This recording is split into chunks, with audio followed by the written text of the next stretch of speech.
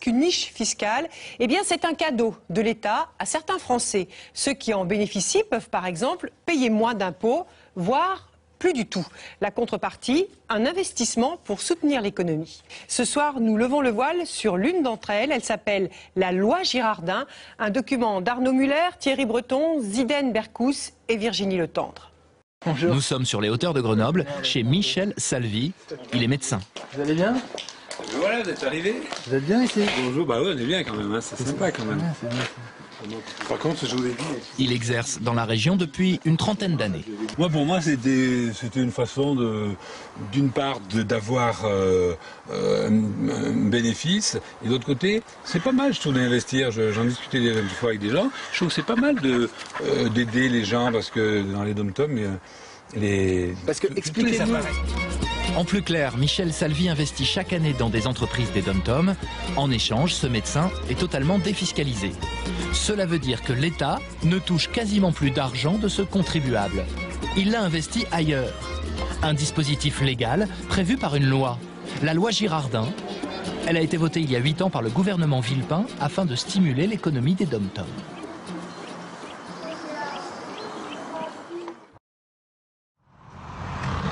Pour pouvoir bénéficier de cette loi, Michel Salvi a fait appel à des professionnels, des experts en fiscalité.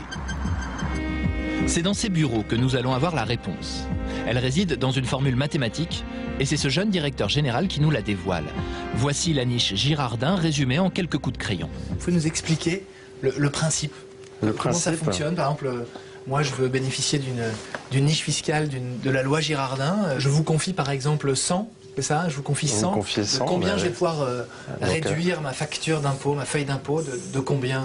Expliquez-moi. Donc si vous réalisez un investissement de 100, voilà, pour faire simple, 100 €.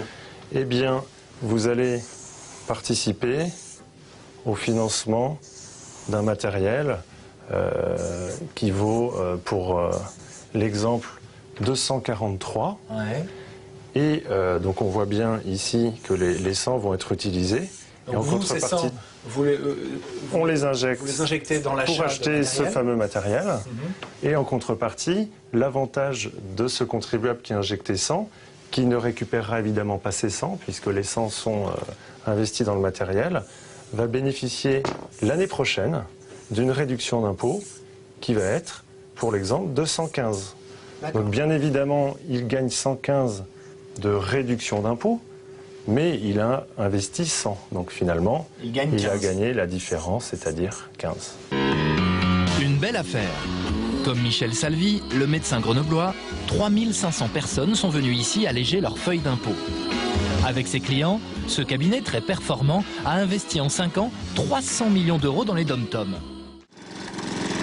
Retour chez Michel Salvi, le médecin grenoblois. Il a terminé ses consultations.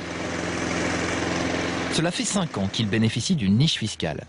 Et chez lui, tout est transparent. Alors...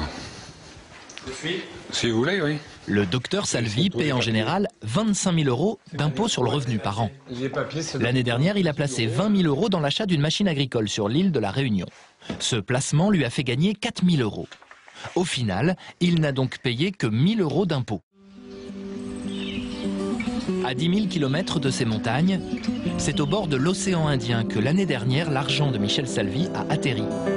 Sur les hautes plaines de la Réunion, dans ce drôle d'engin. Isidore Laravine en est son heureux bénéficiaire. Il est à la tête de 35 hectares de canne à sucre.